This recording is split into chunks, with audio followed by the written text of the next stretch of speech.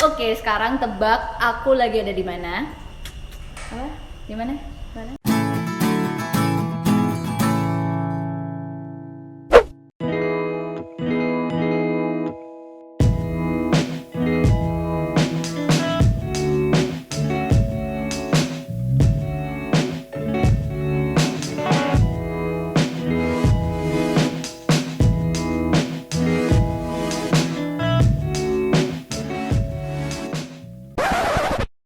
Nah, di video kali ini barengan sama Mbak Nadia, kita akan belajar sedikit gimana caranya ngebangun dan ngembangin HR di bisnis kita masing-masing. So, boleh kenalan dulu mungkin Mbak Nadia? Boleh. Ya. Saya Nadia, saya di HR udah cukup lama. Mungkin nanti ngitung sendiri tahunnya ya. Saya kerja dari tahun 99. Waduh, umur saya masih 4 tahun.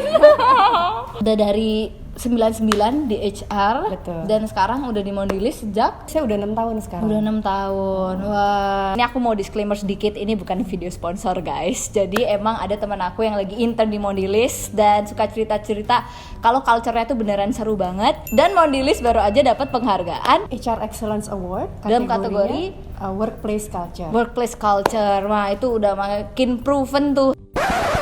Alasannya kenapa aku mau bikin video HR, bagiku emang penting banget dan menurutku semua orang harus tahu gimana sih caranya ngebangun HR, terutama untuk kita-kita yang masih pemula nih. Pasti repot kan kalau misalnya kita tiap bulan turnover pegawai itu tinggi banget, keluar masuk pegawai. Pasti ada rahasia nih di balik gimana caranya bikin employee kita betah di dalam suatu perusahaan. Kita akan korek rahasianya.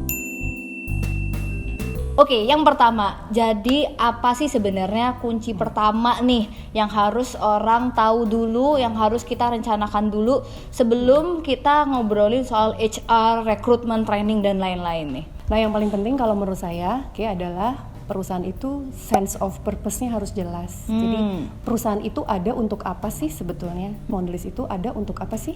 Gitu. Kita kan perusahaan yang bergerak di bidang snacktionery. Sesudah mengklarify purpose-nya apa, kita sharing ke karyawan. Ini loh the reason kenapa kita ada di sini. Nah, ketika kita men-share itu ke karyawan, harapannya adalah karyawan jadi punya sense of belonging yang kuat ke perusahaan. Mungkin ada tips and triknya mungkin ngebangun purpose tuh berdasarkan apa ya? Apakah berdasarkan problemnya, apakah harus berdasarkan produknya atau gimana tuh? Banyak cara sebuah perusahaan membangun purpose. Tapi yang paling penting kalau menurut saya purpose harus dikaitkan dengan bidang apa perusahaan itu bergerak. Jadi kalau di tempat kami kita bangun snacktionery industry ya. Ya. Gitu. Sambil makan ya. Nah, kalau kamu makan snacknya Mondelez Oreo, berarti yang kamu tadi rasakan kan? Senang coklat. Senang. Jadi Maaf ya, flat banget gue. merasakan snack ini rasanya enak, kamu juga ngerasa senang. Benar, gitu. benar. Nah, jadi kalau dikaitkan sama purpose, berarti kita pengen orang yang makan produk-produknya Mondelez itu merasakan apa yang Keke rasakan. Pertama, snacknya harus enak. Kemudian yang kedua, mereka harus derive rasa senang ketika memakannya. Nah, itu mungkin salah satu dari sekian banyak purpose yang Bisa dibangun sama bisa perusahaan dibangun ya. oleh perusahaan.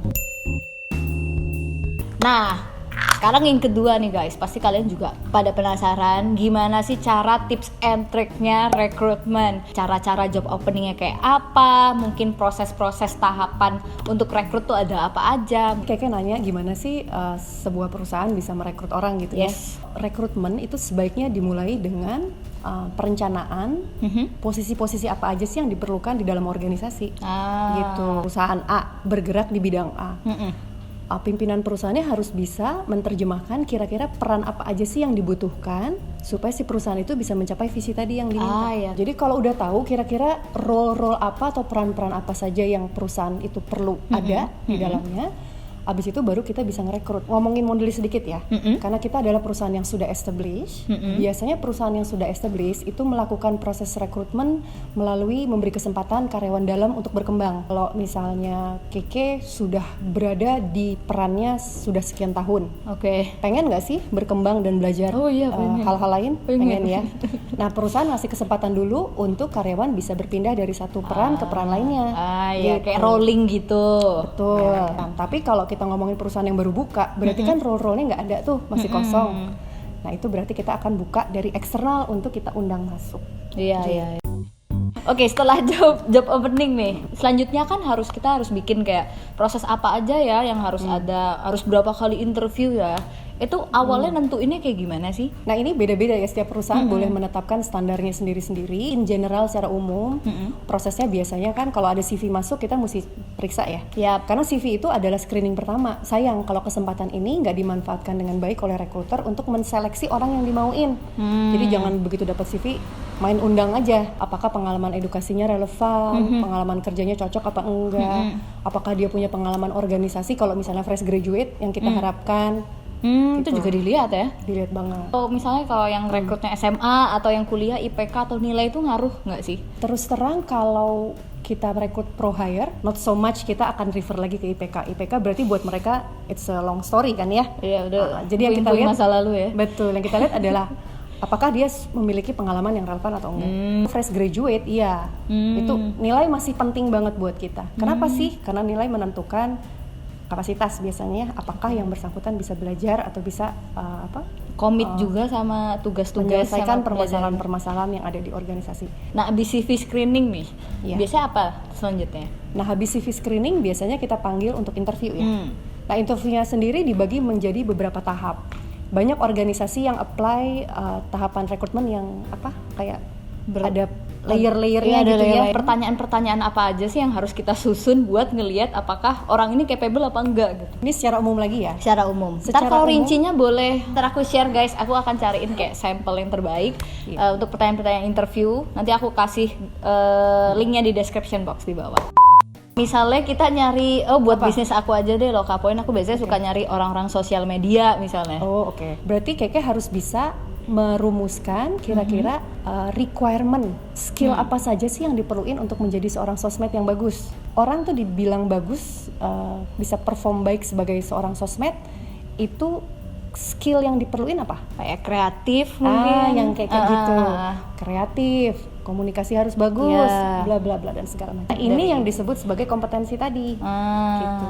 Jadi kalau Keke udah berhasil menurunkan tadi sebuah peran menjadi bentuk skill, bentuk kompetensi.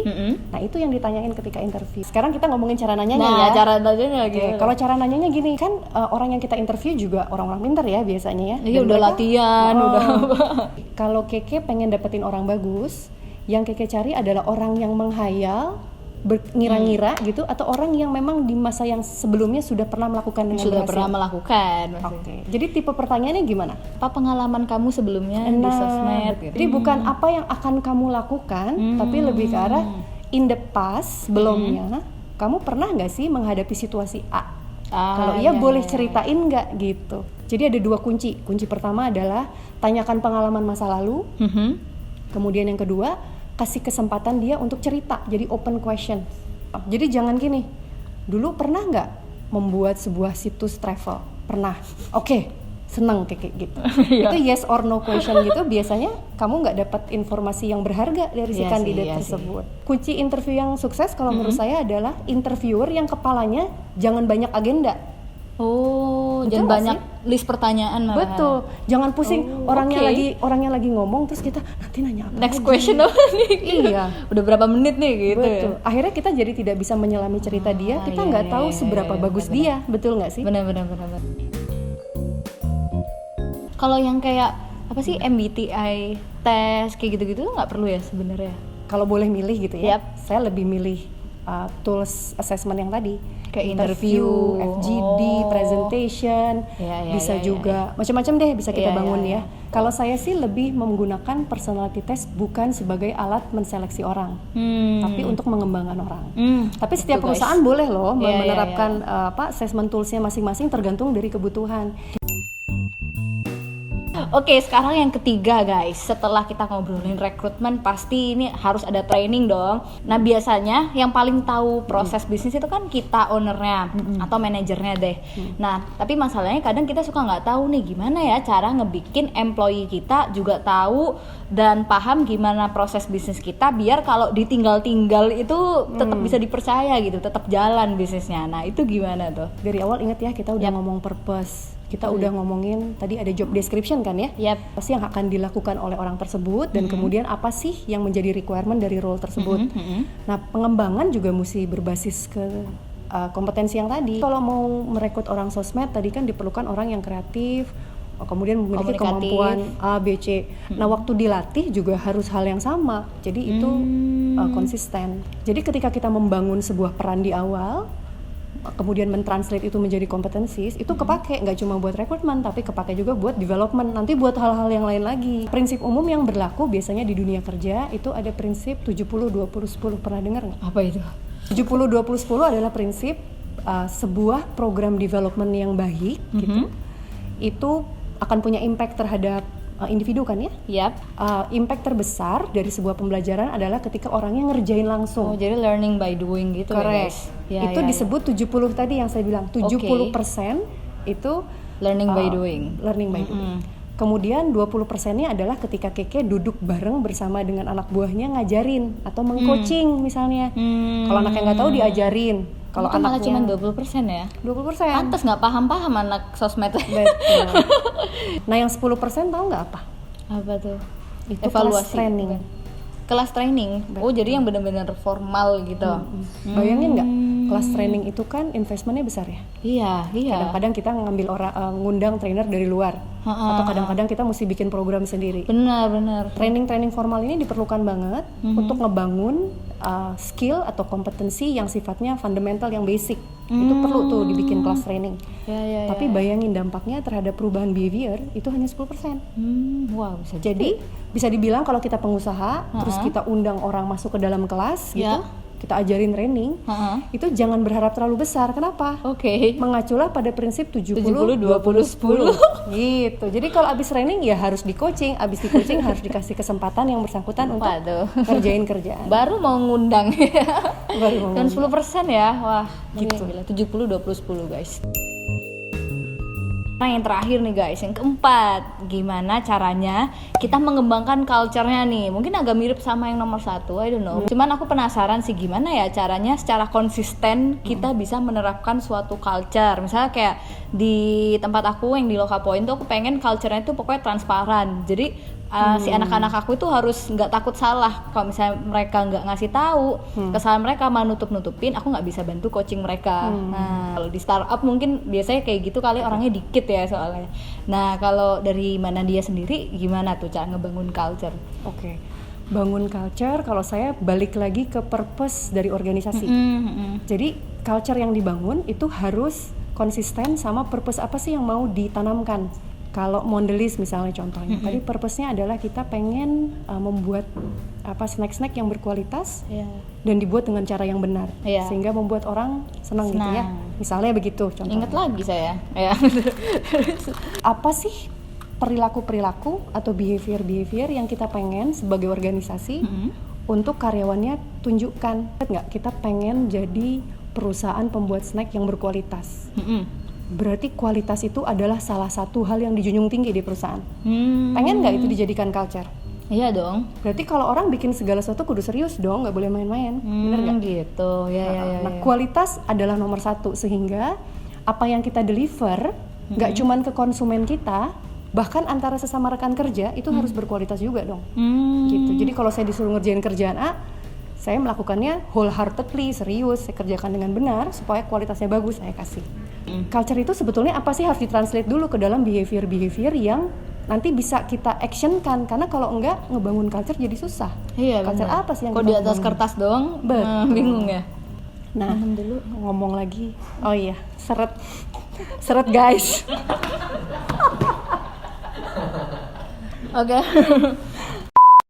Kita pengen ngebangun bisnis yang bisa mendeliver quality yang bagus. Betul.